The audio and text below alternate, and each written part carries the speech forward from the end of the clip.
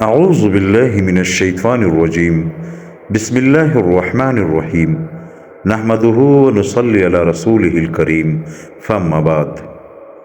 محترم ناظرین، السلام علیکم ورحمۃ اللہ وبرکاتہ۔ دوستو، 4 لوگ پوری دنیا کے بادشاہ بنے ہیں، جن میں 2 مسلمان تھے اور 2 کافر۔ مسلمانوں میں ذوالقرنین بادشاہ تھا، جو پوری دنیا پر حکومت کیا کرتا تھا، اور اس کے بعد حضرت سلیمان علیہ السلام تھا، جس نے پوری دنیا پر حکومت کی ہے۔ اور کافروں میں بخت نصر، اس نے بھی پوری دنیا پر حکومت کی ہے۔ اس کے بعد دوسرا کافر بادشاہ نمرود تھا، اس نے بھی پوری دنیا پر حکومت کی ہے۔ لیکن جو بادشاہت سلیمان علیہ السلام کو اللہ تعالیٰ نے دی تھی، وہ اس کائنات میں یعنی انسانوں میں کسی کو بھی اللہ تعالیٰ نے وہ بادشاہت نہیں دی تھی۔ دوستو، نمرود ایک ظالم اور جابر بادشاہ تھا۔ نمرود، بعض علماء فرماتے ہیں کہ اپنے باپ کی اولاد نہیں تھی۔ نمرود اور اس کے خاندان والے ایک کشتی میں سفر کر رہے تھے کہ اللہ تعالیٰ نے اس کشتی کو غرق کر دیا، اور نمرود اور اس کی ماں ایک تختے پر سوار ہوئے۔ وہ تختہ ایک جزیرے پر رکا، اور وہاں پر نمرود نے پرورش پائی ہے۔ اس کے بعد نمرود ایک بہت بڑا ظالم بادشاہ بن گیا۔ محمد بن اسحاق رحمۃ اللہ علیہ نے فرمایا کہ نمرود بن کنان بادشاہ نے ایک خواب دیکھا کہ ایک ستارہ طلوع ہوا ہے کہ اس کی روشنی سے آفتاب اور مہتاب بے نور ہو گئے ہیں، یعنی سورج اور چاند بے نور ہو گئے ہیں اس ستارے کی وجہ سے۔ نمرود نے خوف زدہ ہو کر کاہنوں سے دریافت کیا، تو کاہنوں نے جواب میں کہا کہ اس سال ایک ایسا بچہ پیدا ہونے والا ہے کہ جس کے ہاتھوں تیرا تخت تاراج ہوگا۔ نمرود نے پھر حکم دیا کہ اس سال میری مملکت میں جتنے لڑکے پیدا ہوں گے قتل کر دیے جائیں۔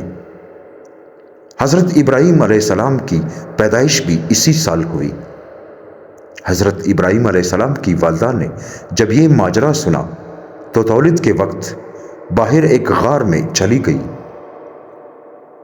وہاں حضرت ابراہیم علیہ السلام پیدا ہوئے۔ جس وقت حضرت ابراہیم علیہ السلام اپنی والدہ ماجدہ کے شکم اطہر میں تشریف لے گئے تو وہ خبر بھی کاہنوں نے نمرود کو بتا دی۔ بہرحال آپ کی پیدائش کے بعد والدہ روز دودھ پلانے کے لیے اسی غار میں جاتی تھی۔ ایک دفعہ حضرت ابراہیم علیہ السلام کی والدہ کیا دیکھتی ہے کہ آپ اپنی سر انگشت چوس رہے ہیں۔ قدرت آپ کی پرورش کر رہی ہے۔ آپ ہفتے میں اتنے بڑے ہوئے کہ ایک ماں کے نظر آتے، اور ماں میں اتنے نظر آنے لگے جتنا سال کا بچہ ہوتا ہے۔ انبیاء علیہ السلام ہمیشہ معصوم رہتے ہیں۔ جب ہوشیار ہو گئے تو ایک دن اپنی والدہ سے دریافت کیا، میرا رب کون ہے؟ والدہ نے کہا، میں ہوں، کیونکہ رب پرورش کرنے والے کو کہتے ہیں۔ پھر دریافت کیا کہ تمہارا رب کون ہے؟ والدہ نے کہا کہ میرا رب تیرا باپ ہے۔ فرمایا، ان کا رب کون ہے؟ والدہ نے کہا کہ نمرود بادشاہ ہے۔ پھر ابراہیم علیہ السلام نے دریافت کیا کہ نمرود کا رب کون ہے؟ والدہ نے کہا کہ خاموش ہو جاؤ۔ والدہ نے جا کر حضرت ابراہیم علیہ السلام کے والد کو کہا کہ جس لڑکے کی نسبت مشہور ہے کہ زمین والوں کا دین بدل دے گا، وہ تمہارا فرزند نظر آتا ہے جو ایسی ایسی باتیں کرتا ہے۔ حضرت ابراہیم علیہ السلام نے شروع ہی سے توحید کی حمایت اور عقائد کفریہ کا ابطال شروع کیا۔ جب اس غار سے شب کے وقت نکلے تو ستارہ زہرہ یا مشتری کو دیکھا تو کہا یہ میرا رب ہے، اور چاند پرست اور سورج پرست سب پر حجت اس طرح قائم کی جائے۔ ارشاد باری تعالی ہے، جب رات کی تاریکی ان پر چھا گئی تو انہوں نے ایک ستارہ دیکھا۔ آپ نے فرمایا یہ میرا رب ہے۔ جب غروب ہوا تو آپ نے فرمایا میں غروب ہونے والوں کو دوست نہیں رکھتا۔ پس جب چاند چمکتا ہوا نکلا تو ابراہیم علیہ السلام نے کہا یہ میرا رب ہے، لیکن جب وہ بھی ڈوب گیا تو کہا اگر یہ میرے رب نے مجھے راہ نہ دکھائی ہوتی تو میں ضرور اسی گروہ میں ہوتا۔ ہمارا راز سے ٹپک جاتا۔ پھر جب صبح ہوئی اور سورج چمکتا ہوا طلوع ہوا تو ابراہیم علیہ السلام نے کہا کہ یہ میرا رب ہے، یعنی یہ سب سے بڑا ہے۔ لیکن جب شام کو وہ بھی غروب ہو گیا تو ابراہیم علیہ السلام نے کہا کہ یہ میرا رب نہیں ہے، یہ میری قوم تم جو کچھ خدا کے ساتھ شریک ٹھہراتے ہو میں اس سے بیزار ہوں۔ میں نے ہر طرف سے منہ موڑ کر صرف اسی ہستی کی طرف اپنا رخ کر لیا ہے جو آسمان اور زمین کو بنانے والی ہے، اور جس کے حکم اور قانون پر تمام زمین اور آسمان کی مخلوقات چل رہی ہے، اور میں ان میں سے نہیں ہوں جو اس کے ساتھ شریک ٹھہرانے والے ہیں۔ حضرت ابراہیم علیہ السلام جلیل القدر پیغمبر ہے، اس لیے ان کی تبلیغ بھی ایسے امتیاز سے تھی کہ ربوبیت صرف اس کو زیبا ہے جو رب العالمین اور ارضی اور سماوی سلفی والوی کل کائنات کا خالق اور مالک ہے۔ بہرحال ابراہیم علیہ السلام کا بت پرستی پر لعنت اور پوجنے والوں سے جھگڑا تکرار، ان سب حالات سے نمرود باخبر ہوا تو ابراہیم کو اپنی عدالت میں بلایا۔ حضرت ابراہیم علیہ السلام بے خوف ہو کر نمرود کے پاس گئے۔ لوگ جب نمرود کے پاس حاضر ہوتے تو اس کو سجدہ کرتے۔ ابراہیم علیہ السلام نے نہ سجدہ کیا نہ سر جھکایا تو نمرود نے نہایت غصے سے حضرت ابراہیم علیہ السلام کو کہا کہ تو نے مجھے سجدہ کیوں نہیں کیا؟ حضرت ابراہیم علیہ السلام نے بے خوف ہو کر کہا کہ میں بغیر پروردگار عالم کے اور کسی کو سجدہ نہیں کرتا۔ نمرود نے کہا کہ تیرے پروردگار کی کیا تعریف ہے؟ حضرت ابراہیم علیہ السلام نے جواب دیا کہ میرا پروردگار مارنے جلانے کا مختار ہے۔ نمرود نے کہا کہ میں بھی مارتا جلاتا ہوں۔ نمرود نے دو قیدیوں کو جو واجب القتل تھے قید خانے سے بلایا، ایک کو قتل کر دیا اور دوسرے کو چھوڑ دیا، اور کہا دیکھ ایک کو میں نے مار ڈالا، دوسرا بھی واجب القتل تھا، اس کو میں نے زندہ چھوڑ دیا۔ اللہ تعالیٰ قرآن مجید میں فرماتے ہیں دوستو، کیا تو نے اسے نہیں دیکھا جس نے جھگڑا کیا ابراہیم علیہ السلام کے ساتھ اس کے رب کے بارے میں کہ اس کو اللہ نے سلطنت؟ جب کہا ابراہیم علیہ السلام نے کہ میرا رب مارتا ہے اور جلاتا ہے، کہا نمرود نے کہ میں بھی مارتا ہوں اور جلاتا ہوں۔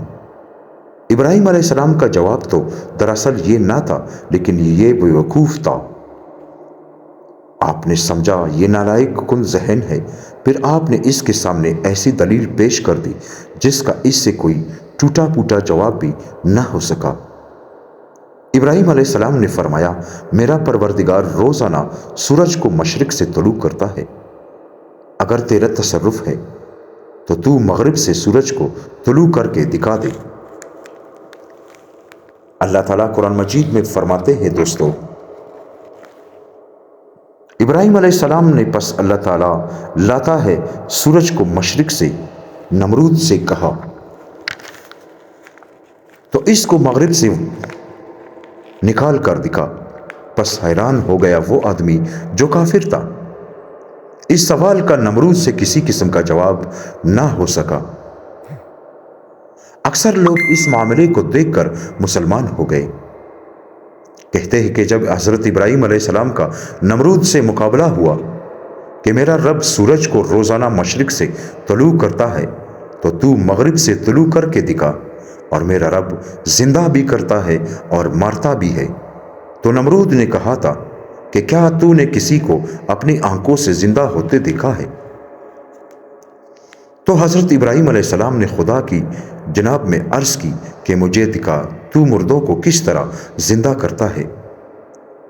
اللہ تعالیٰ قرآن مجید میں فرماتے ہیں،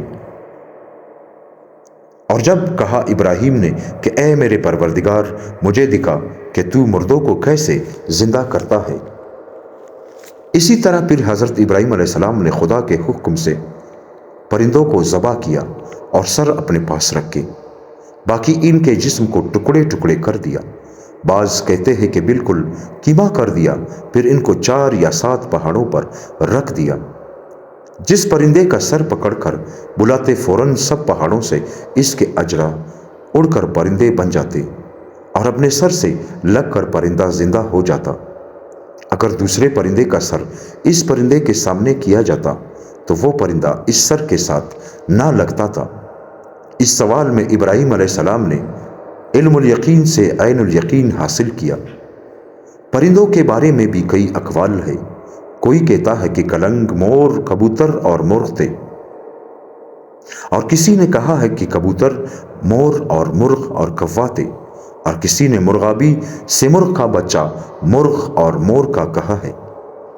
عادت ڈالنے سے مراد یہ تھی کہ جب کسی پرندے کو بلاؤ تو وہ فوراً آ جائے، چنانچہ ایسا ہی کیا گیا۔